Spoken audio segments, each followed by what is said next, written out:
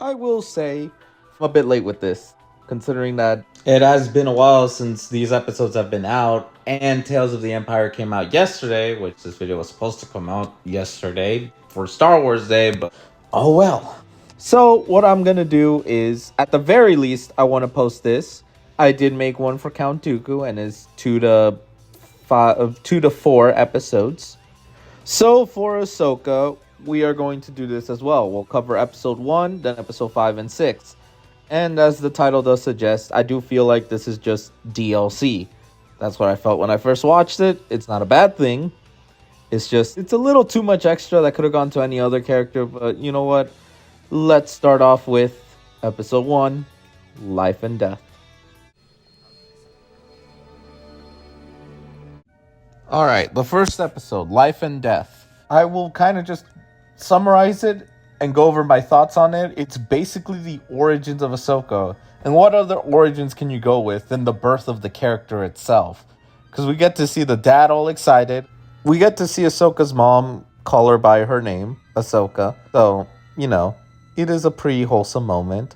It is very interesting, her little tribe. It isn't like big and all populated. It's just a small little community gathered together, all happy for Ahsoka's parents for her own birth.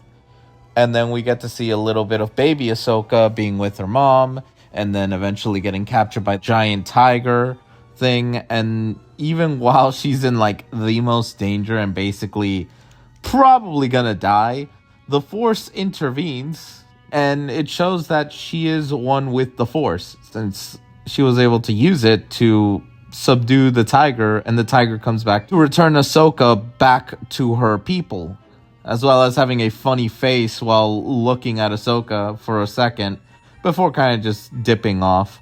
And then everyone kind of confused as hell because, the tiger only grabbed Ahsoka to be its meal once it had the chance. And for some reason, as we're seeing on screen, she is being returned, which is not a normal thing at all. And the conclusion that was brought about was, well, Ahsoka is a Jedi. She has the Force, which is interesting that her people know about it, because that obviously means other people within their tribes have had others become Jedi, or the Jedi themselves have once upon a time come over, grab someone who is Force sensitive, and then dipped. But that's the interesting core about this part, is Ahsoka's connection with the Force. It's not like Anakin, how he was born from the Force, but you can almost see a slight parallel to the fact that Ahsoka was born with a very interesting amount of Force power, considering she was able to use it while basically still somewhat of an infant. So, yeah, it is not as grandiose like the other episodes, I would say. Hell, almost the Dooku stuff is grandiose, but in the grand scheme of things, it makes sense how the Force itself protected Ahsoka, almost like she has a destiny to be partnered up with the literal Chosen One himself. But yeah, a pretty interesting origin for Ahsoka Tano.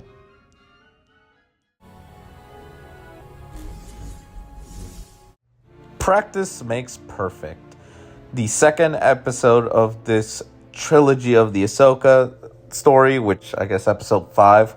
For this one, I want to say it is not only just the midpoint, it is the factor that we have Anakin training Ahsoka for something that seems to be a tough challenge.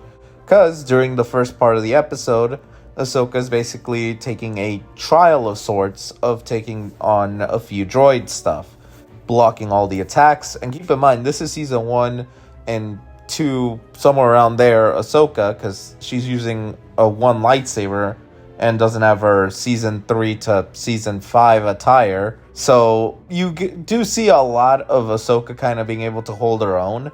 Anakin being late, Obi-Wan obviously reprehending him, which, by the way, he looks fucking weird. This is not Clone Wars Obi-Wan.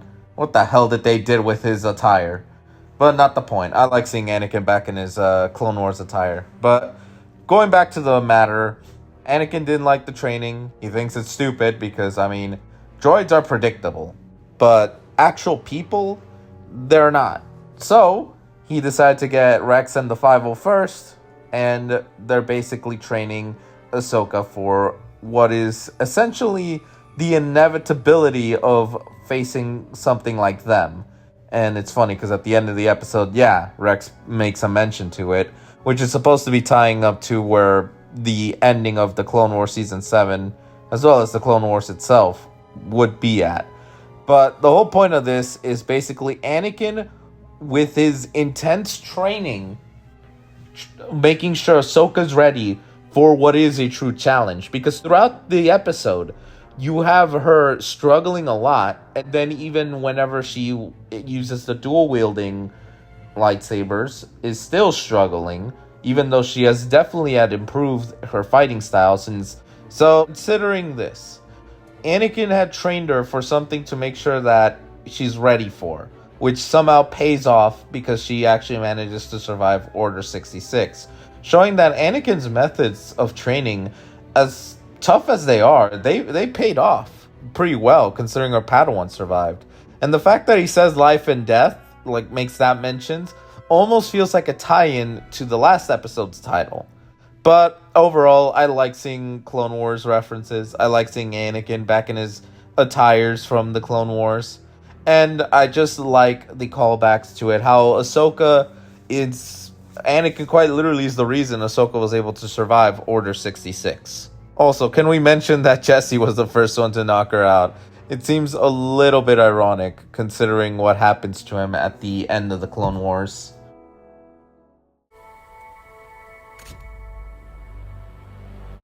For the last episode, Resolve, it's basically giving Ahsoka the final push into where she ends up in Rebels when we first meet her as Fulcrum. So the way this goes is it's Padme's funeral, the most tragedy of all time.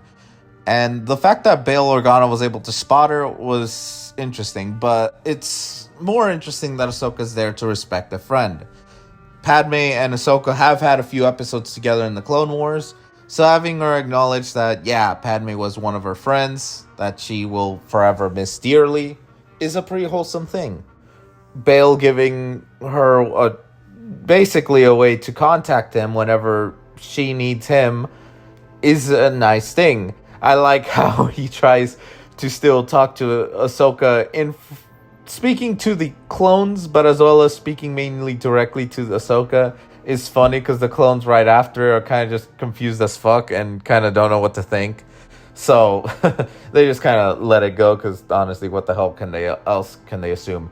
But other than that, Ahsoka leaves and we get a possible time skip of who knows how long. Ahsoka's basically doing handiwork. She protects one of the people that she works with whenever they're about to get hurt because, you know, her dumbass brother is just fucking irresponsible. So, yeah, we get a bit of a connection with them. The brother is a imperialist sympathizer or someone who goes for the Empire. And this comes to bite him in the ass when eventually he does learn Ahsoka is a Jedi, reports it, and his village gets all destroyed. Just completely destroyed by the Inquisitor. Because, you know, what else did he expected? Honestly, he's stupid because he's like, I should have been rewarded. It's like, oh yeah? Where's the damn Jedi? Which is stupid on his part for even calling them when Ahsoka's not even fucking there. But that's besides the point. The point is, he was about to get killed for his own stupidity. Ahsoka comes in, saves him, and easily takes down this Inquisitor. Which, by the way, what the fuck are you supposed to be if you get one-shotted like that? I've seen even the weakest of Inquisitors be able to hold out. You, on the other hand, you make a shame. I've hated Reva for being a fucking nuisance, but even she didn't get one-shotted like this. I mean, she got humiliated by Vader, but that's not the point. The point of this is that, yeah, overall, Ahsoka's still pretty capable, and this sort of pushed her, as well as like helping these people find a home through Bail Organa, that, yeah, the fight is still has to happen. She did not want to be a part of it at first, but seeing at the state that the galaxy's in, thanks to Bail saying that, yeah, things have only just gotten worse, we can infer that Ahsoka has finally resolved herself that, okay, I need to still keep fighting. Because at the beginning of this episode, she's done fighting. She is just done with it.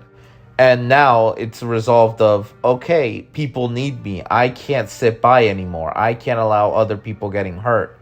So this is the resolve of her joining the rebellion, or at least in the very, very early stages, and being one of the key people who will eventually foster what is the rebellion. And even though, like, you know, she has her own secret codename and everything, it's just pretty interesting seeing that she did had a time where she was just peacefully working a mundane life, keeping a low profile, just doing a day-to-day job, but because of a fucking idiot. And also, I mean, seeing just how worse the galaxy has gotten thanks to Palpatine, yeah, something needs to be done to change this.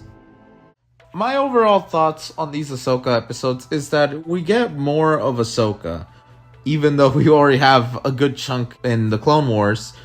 It's nice to see her beginnings, a lesson that pays off in the end, and then a resolve to want to continue to do good after the events of the Clone Wars, showing us that Ahsoka is still gonna fight the good fight, even if it will eventually get her killed. As of obviously right now, we have not seen her very end. Even her own show, she still is kicking it up a notch. But it is still pretty cool, kind of revisiting back in this area, just more Ahsoka stuff before we had the Ahsoka series. So overall, I gotta give this an 8 out of 10. I still think Dooku's stuff is like a lot better, but it is nice to see a little more of Ahsoka's story.